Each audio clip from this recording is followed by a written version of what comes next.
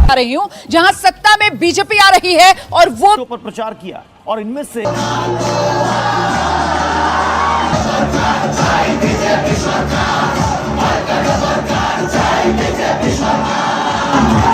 2026 में पश्चिम बंगाल का चुनाव हुआ जहां बीजेपी ने ज्यादा से ज्यादा मतों में जो है पश्चिम बंगाल में अपनी सरकार बनाई। बंगाल से मैं शुरू करने जा रही हूं जहां सत्ता में बीजेपी आ रही है और वो भी बंगाल की सत्ता में पहली बार।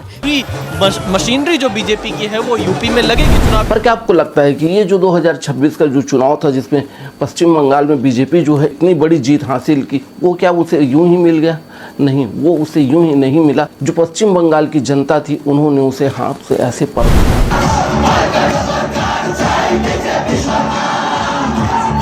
खुद टीएमसी ने उन्हें अपने हाथों से उन्हें गिफ्ट किया है कि ये लीजिए आप पश्चिम बंगाल जीत लिए। अगर ये मेरी बातें आपको पटांग लगती है तो आगे मेरे वीडियो को देखिएगा। इस वीडियो में कैसे आपको डिटेल्स बताता हूँ कि किस तरह से पश्चिम बंगाल के लोगों ने और इवन टीएमसी ने ही खुद अपने हाथों से बीजेपी को जो है सत्ता दी। बात शुरू होती है आज से 15 साल पहले, जब पश्चिम बंगाल में किसी दूसरी पार्टी का नाम ही नहीं था। राज था तो सिर्फ लेफ्ट पार्टी का। 15 साल बाद एक तूफान आया जिसका नाम था ममता बनर्जी, और ममता बनर्जी के तूफान में जो लेफ्ट की सारी पार्टियां हैं वो ढह गई।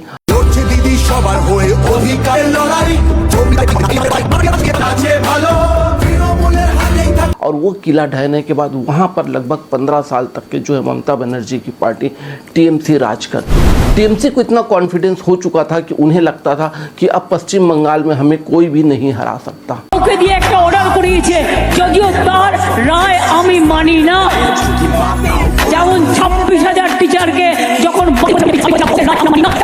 उनका घमंड या उनका जो व्यवहार है इतना बदल चुका था कि उन्हें लगता था कि पश्चिम बंगाल से अब कोई उन्हें उखाड़ के नहीं फेंक सकता। अब कोई भी ऐसी ताकत नहीं है, चाहे सेंट्रल गवर्नमेंट हो चाहे कोई भी हो, वो उन्हें वहाँ से अब नहीं हिला सकती, ना ही वहाँ से हरा सकती। और यही एटीट्यूड, यही आकड़ था जो 2026 में लोगों ने उसे पश्चिम बंगाल से उखाड़ के फेंक दिया। आ रही हूँ जहां सत्ता में बीजेपी आ रही है और वो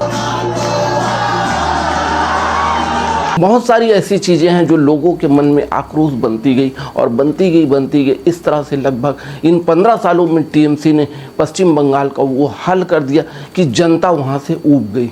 बहुत सारे ऐसे केस हुए जिस कारण से वहाँ की जो जनता है वो पश्चिम बंगाल से उबती गई और धरती गई। आपने काफ़ी सारे वीडियोस में ये देखा होगा कि जब ओपिनियन पोल के समय लोग न्यूज़ चैनल या कोई भी उनसे पूछने जाता था कि यहाँ पर कौन जीतने वाला है, तो लोग जो है चुप हो जाते थे, मना करते थे कोई भी चीज़ कैमरे के सामने बोलने। तो ये सिर्फ यूं ही नहीं था। तृणमूल की जो गुंडा बाहिनी है ये अभी भी गांव पे संदेशखाली में हर जगह में ये दंगा फैला रही है। इसे क्यों अरेस्ट नहीं कर रही है? जो गलत किया उसे अरेस्ट नहीं कर रहे, आम जनता को अरेस्ट करके जेल में डाल रही है। क्यों ऐसे कर रही है पश्चिम बंगाल की पुलिस ने? ये सब क्या है? हमारी पश्चिम बंगाल में ये हमारी राज्य की पुलिस ये तो गलत ही कर रही है। ये गुंडा बाहिनी के साथ, ये तृणमूल बाहिनी के साथ लोगों का आक्रोश था जो कैमरे के सामने ये तक बोलते थे कि हमें नहीं पता, या फिर मजबूरी में ये तक बोलते थे कि टीएमसी ही जीती थी। तो ये यूं ही नहीं था। इस जीत में लगभग 60 से 70% जो है वो श्रेय जाता है हिंदुओं को, क्योंकि उन हिंदुओं को जितना प्रताड़ित किया गया, मैं सिर्फ हिंदू को लेकर नहीं कहूँगा, उन लोगों को जो अपने देश से प्यार करते हैं, जो पश्चिम बंगाल से प्यार करते हैं, उन्हें इस तरह से प्रताड़ित किया गया कि उन्हें पश्चिम बंगाल छोड़कर ही जाना पड़ा। 2021 की बात है जब बीजेपी वहाँ चुनाव लड़ती है। बीजेपी 10 साल पहले वहाँ कुछ नहीं थी, लेकिन 2025 के आते आते वहाँ थोड़ा सा सक्रिय होती है, और वहाँ जब 2021 में जब वो चुनाव लड़ती है तो वहाँ पर उसे मिलता है 77 सीट। रुझानों में बीजेपी जो पश्चिम बंगाल के लिए एक बड़ी उपलब्धि थी, क्योंकि वहाँ किसी दूसरी पार्टी को, खास तौर से जो बाहर की पार्टियाँ जो सेंट्रल थी, वहाँ की पार्टियों को वहाँ काउंटिंग नहीं किया जाता था, वहाँ उनका खाता भी नहीं खुलता था। लेकिन 2021 में जब बीजेपी को 77 सीट्स मिले, वहाँ पर ये फाइनल हो गया कि अब बीजेपी रुकने वाली नहीं है। उस समय लगता था कि उसी माहौल में लगता था 2021 में कि जो है बीजेपी वहाँ सरकार बना लेगी, लेकिन जैसे ही रिजल्ट आया वहाँ पर रिजल्ट ने लोगों को शॉक किया और लोगों को ये चमका दिया कि अब यहाँ कोई दूसरी पार्टी राज नहीं कर सकती। को बहुमत मिला है। सिर्फ 77 सीटें आई, लेकिन ये 77 सीट जो है एटीट्यूड था बीजेपी के लिए। ये 77 सीट की जीत जो बीजेपी के लिए जान फूकने, क्योंकि उनके पास जहाँ कुछ नहीं था वहाँ से 2-3 सीटों से जब वो 77 सीट पर पहुंची तो यहाँ पर उन्हें ये समझ में आ गया कि यहाँ इतनी आसानी से जो है जीत नहीं मिलेगी, उन्हें अभी काफ़ी और स्ट्रगल करना पड़ेगा। 2021 की जीत से उन्होंने ये सबक लिया कि कभी भी बड़े फेज से या फिर बड़े स्तर पर जब आप चुनाव लड़ने जाते हैं तो पश्चिम बंगाल जैसी जगह पे आप चुनाव नहीं जीत सकते, क्योंकि वो एक ऐसी जगह है जहाँ पर कहा जाता है कि वहाँ के क्षेत्रीय लोग जो है खुद के आत्मसम्मान को ज़्यादा मानते हैं। उन्हें सिर्फ अपनी क्षेत्रीय चीज़ों से, अपने राज्य की चीज़ों से, अपनी भाषा से, चाहे अपने राज्य की कोई भी चीज़ हो, उन्हें काफ़ी जुड़ाव रहता है। वो ज़मीन से जुड़े हुए रहते हैं, तो इतनी आसानी से किसी दूसरे को जो है वो अपनी एरिया में नहीं आने देते हैं, चाहे किसी भी पार्टी हो, चाहे वो चुनाव में हो, चाहे किसी भी क्षेत्र में हो। तो बीजेपी को जब 77 सीट मिली तो यहाँ पर उन्हें जान मिल जाती है, मोटिवेशन मिल जाता है कि आगे का जो है उनका रास्ता जो है वो थोड़ा आसान हो जाता है। जैसे ही 2021 में जब सरकार बनती है टीएमसी की, वहाँ के बीजेपी की कार्यकर्ताओं पर आपने सुना होगा कि कितनी हत्याएं हुई, उनके घर पर हमला हुआ, उनके तोड़फोड़ हुआ, उनके घर परिवार के साथ, उनकी फैमिली के साथ क्या क्या हुआ, मैं सारी चीज़ें यहाँ पर कैमरे में बोल भी नहीं सकता। और ये अगर हम साइड भी करें तो वहाँ पर ऐसे ऐसे कांड हुए, ऐसे ऐसे केस हुए जिनके बारे में कहना भी मुझे लगता है कि चाहे संदेश खाली जैसे हो या फिर वहाँ पर आरजी कर का केस हो, ये सारी चीज़ें लोगों को इतना जो है इरिटेट कर दी थी, इतना थका दी थी, लोगों में इतना गुस्सा भर दिया था कि 2026 में लोगों ने उन्हें उखाड़ के ऐसे फेंक दिया जैसे आज वहाँ पर वो दूसरी और तीसरी पार्टी के रूप में टीएमसी रह गई। अब टीएमसी के अंदर भी धीरे धीरे फूट पड़ने लगी है। अब लोग मुंह खोल के बोलने लगे हैं, चाहे ममता बनर्जी के खिलाफ हो या पार्टी के खिलाफ हो या अभिषेक बनर्जी के खिलाफ हो, ये चीज़ें वो लोग बोलने लगे।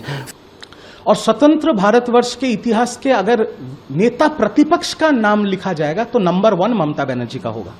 जिस राज्य में 3 बार की मुख्यमंत्री ममता बनर्जी है, उनके बाद अगर इस राज्य में किसी का उस चेयर पे बैठने का हुनर या अधिकार है तो वो शुभेंदु अधिकारी है। पहले कोई भी उनके खिलाफ बोलने से डरता था, लेकिन आज जो है ये स्थिति है कि लोग अब धीरे धीरे बोलने लगे। इवन ये तक कहा जाता है कि वहाँ जय श्री राम बोलना भी उनकी हिम्मत नहीं थी वहाँ के हिंदुओं को। तो ये सारी चीज़ें थी जो 2026 में ये जो गुस्सा था वो बीजेपी के लिए प्लस पॉइंट। अब यहाँ पर जैसे ही 2021 में 70 सीट मिलती है तो बीजेपी को ये लगता है कि अभी अगला 5 साल हमें और मेहनत करना पड़ेगा, और बीजेपी ने वो किया भी। अगले 5 सालों में उन्होंने काफ़ी मेहनत की। उन्हें ये समझ में आ गया कि यहाँ अगर हमें चुनाव जीतना है तो यहाँ हमें ऊपर से नहीं, बड़े फेज से नहीं, हमें ऐसे यहाँ चुनाव लड़ना पड़ेगा कि ज़मीनी स्तर से जुड़ना पड़ेगा। और उन 5 सालों में 21 से लेकर 25-26 तक के उन्होंने काफ़ी स्ट्रगल किया और ज़मीन से जुड़े लोगों को बूथ लेवल पर वर्क किया। छोटे से छोटे जो कार्यकर्ता हैं उनसे मुलाकात हुई, एक एक घर में जाके मुलाकात हुई।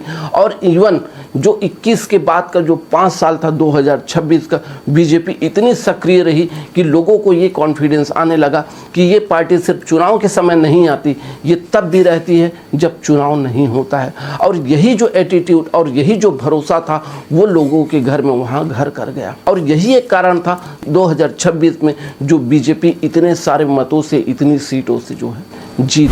वहाँ काफ़ी सारे ऐसे मुद्दे थे जिस कारण से लोगों में ये गुस्सा था कि ये नहीं होना चाहिए था। ऐसे संदेश खाली में वहाँ की महिलाओं के साथ रेप हुआ तो वहाँ के लिए एक महिला को बीजेपी ने वहाँ सीट दी थी। अब उसके बाद वहाँ का जो कोई भी चीज़ है, जैसे कहा जाता है कि वहाँ की मीडिया हो, चाहे वहाँ का पुलिस हो या वहाँ का सरकारी अमला हो, वो लॉ एंड ऑर्डर हो, वो सारी चीज़ें जो है वो टीएमसी के कहने पे वर्क करती थी। वहाँ पुलिस का वर्क नहीं चलता था, पुलिस वहाँ सिर्फ मूक दर्शक बन के देखते रहती थी। अब तो परिस्थितियाँ बदल चुकी है 2026 के बाद। मैंने काफ़ी सारे ऐसे वीडियोस देखे, काफ़ी सारे ऐसे इंटरव्यूज़ देखे जहाँ पर लोगों का ये कहना था कि हम तो कह ही नहीं सकते कैमरे के सामने, क्योंकि जैसे ही आप कैमरा बंद करके पीछे जाओगे हमारे साथ क्या होगा हम कुछ नहीं जानते। तो ये जो डर था वो 2026 में लोगों के मन से निकला और तब जाकर 2026 में बीजेपी को इतनी भारी मतों से वहाँ और इतनी भारी सीटों से वहाँ जीत मिली। वहाँ पर इतने सारे लॉ एंड ऑर्डर के केस हुए जहाँ पर पूरे देश की नज़र जो वहाँ पर थी, चाहे आरजी कर का केस हो, वहाँ का जो अपराधी था, जिसे अपराधी ही कहेंगे, वो इतने कॉन्फिडेंस में था कि उसे फर्क नहीं पड़ा। जब एक प्रदेश के मुख्यमंत्री ये कहने लगे, खास तौर से महिला, कि रात को 10 बजे के बाद महिला को बाहर निकलने की ज़रूरत क्या है, तो समझ लीजिए कि वहाँ का माहौल कैसा रहा होगा। Private medical colleges also used to take care for their students, and especially the girl child at night time, they should not be allowed to come out in the outside. ये बहुत सारी चीज़ें थी जो वहाँ से आपको बनाती हैं और लोगों में गुस्सा भर देती थी, जहाँ से लोग कहते हैं कि वहाँ रिपोर्ट नहीं लिखा जाता था, खास तौर से तब जब वो टीएमसी का कार्यकर्ता हो। भ्रष्टाचार और कट मनी का सिस्टम इतना स्ट्रांग था कि वहाँ छोटी से छोटी चीज़ के लिए आपको कट मनी का यूज होता था। मतलब कहा जाए कट मनी, जैसे मान लीजिए सरकारी कोई जो योजना है वो अगर सेंटर से आती है, तो अगर मान लीजिए आपको 2000 रुपये अगर कहीं सरकार तरफ से मिलनी है, तो उसमें 200 से 500 रुपये कट मनी जो है वो देना पड़ता था, तब जाके वो 1000, 1500, 2000 रुपये आपको मिल पाता था। चाहे वो उज्ज्वला योजना की बात हो, चाहे जल नल पानी वाला हो, या फिर विकास के नाम पर कोई भी पैसा आता था, तो उसमें जो है टीएमसी का कट मनी हिस्सा हुआ। तो बीजेपी को वहाँ जीतने में काफ़ी सारी चीज़ें जो है वो मदद करती है। चाहे सीए एनआरसी की बात है, उन्हें लोगों को समझाना पड़ा, वहाँ हिंदू वोट को उन्हें जगाना पड़ा, वहाँ के लोगों को उन्हें उठाना पड़ा, तब जाकर 2026 में बीजेपी इतने मतों से जीती। वहाँ की जो स्थिति थी वो कह सकते हैं कि ऐसी भयावह स्थिति थी, लोग वहाँ से निकलना चाहते। नो डाउट बीजेपी ने वहाँ मेहनत की, लेकिन उतना ही उसे जिताने में वहाँ लोगों का भी है, क्योंकि 15 साल में वो थक चुके थे। कहते हैं कि वहाँ के हिंदू वोटर्स को घर से बाहर नहीं निकलने दिया जाता था वोट डालने के लिए, और वहाँ का इतिहास रहा है कि जब भी वहाँ चुनाव हो तो बमबाजी, बूथ लूटना, कैप्चर करना, दंगा फसाद होना, ये वहाँ का नियम है। उसके बिना पश्चिम बंगाल का जो चुनाव है वो नहीं हो पाता। तो ये सारी चीज़ें थी जो अभी अंत में जाकर 2026 में बीजेपी को मिली जीत का कारण बनती है। वीडियो पसंद आया हो तो लाइक कीजिएगा, चैनल पे पहली बार आए चैनल को सब्सक्राइब कीजिएगा। चलिए मुलाकात होगी किसी नेक्स्ट वीडियो में, तब तक के लिए जय हिंद, जय भारत।